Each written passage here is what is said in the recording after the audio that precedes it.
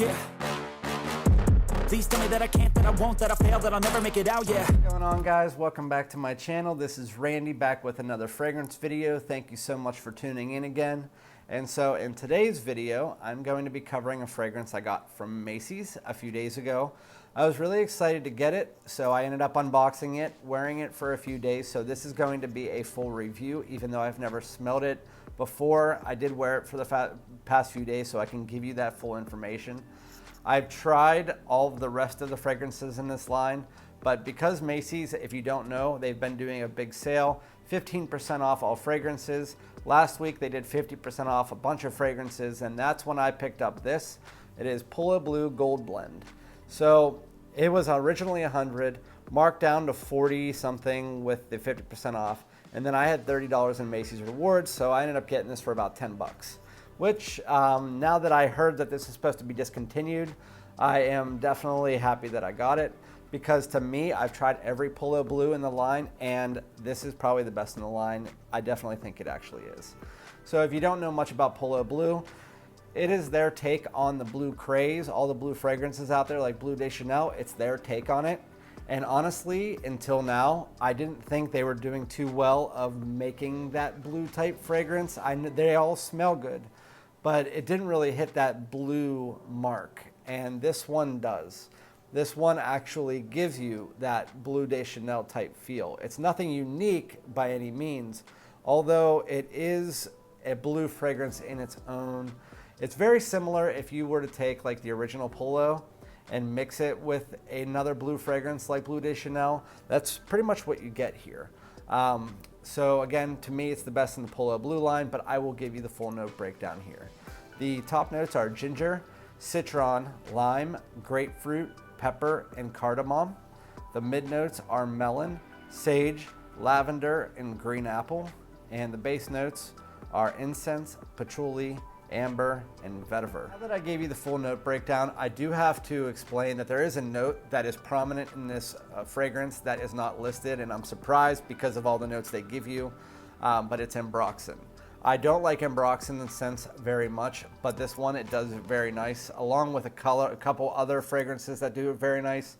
I like the way that they use the ambroxan here. It's in the opening, it's in the mid, it's in the base, and it's pretty much in the base. It's one of the main notes there, so I'm surprised they didn't put it in here.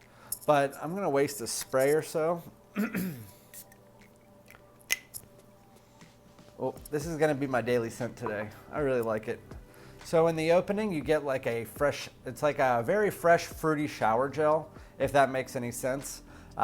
What I get as far as notes are concerned are a prominent ginger note mixed with some grapefruit to give it that fruity tinge, some citruses in there, and then you also get that ambroxan in the background, as well as a little bit of incense. Even though the incense is not in the opening as far as note list is concerned, it's definitely in there to give it a little bit of that smoke.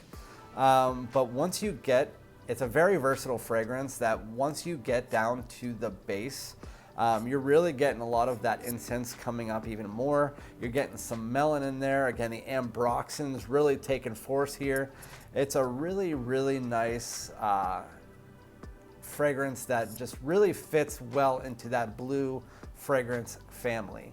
Again, it's not super unique, but for the price that I got it for, and for the fact that this is a Polo fragrance, I was very shocked at the amount of freshness that I got here. As far as the performance here is concerned for the Polo Blue Gold Blend, I have heard some things on both sides of the spectrum. It's a great performer. It is not a good performer. For me, it's in the middle.